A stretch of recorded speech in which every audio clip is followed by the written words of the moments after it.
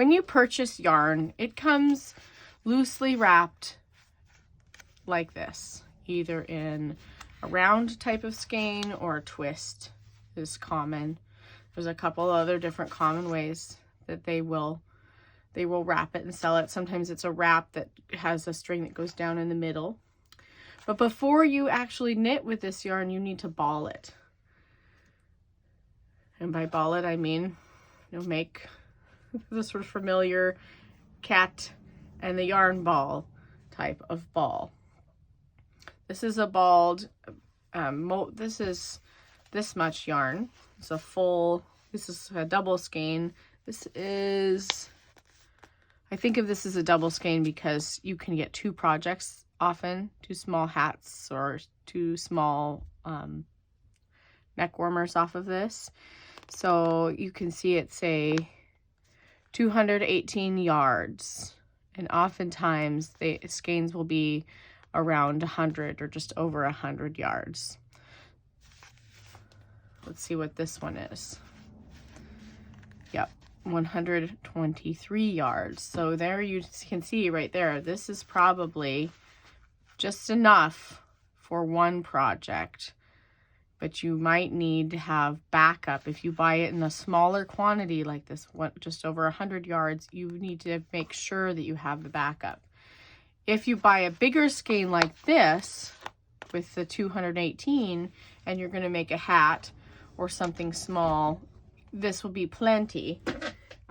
But if you want to make several things, then you should definitely buy more than one, so you have extra. And that works really well if you're going to end up doing mittens and a hat, or possibly matching projects. This is some leftover balled yarn in that same colorway from a different project, so I still have some to use, and that will help tie, that if I wear mittens or that have this in it, and with a hat that also has this in it, then it can tie it together. So when we're thinking about knitting, we definitely need to ball our yarn first. Why do we ball the yarn first? Why not just keep it like this? Well, it's really easy. You can see even when it's on this cardboard, which keeps it organized, it would be really easy for this to start to get tangled. And once you ball it, it's much less likely to get tangled.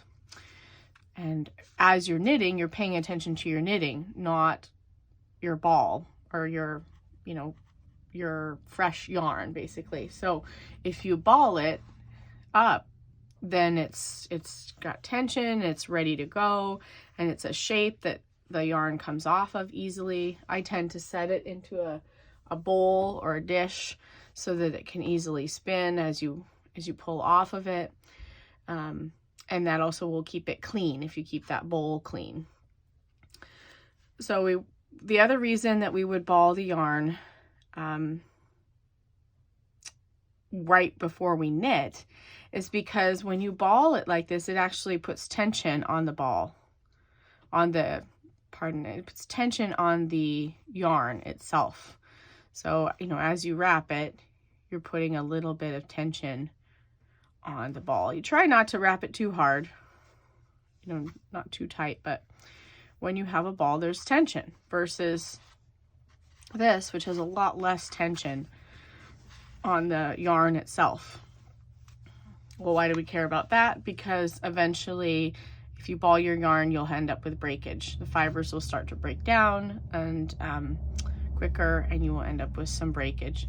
So if you want to keep your yarn fresh, and especially if you like to build a stash and have multiple different colors ready and waiting to go, you need to keep it in its factory position until you're ready to knit with it, and then ball it up.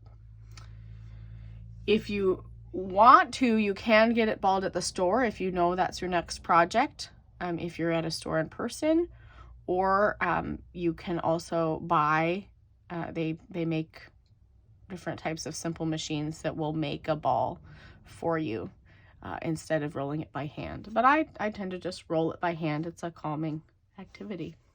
So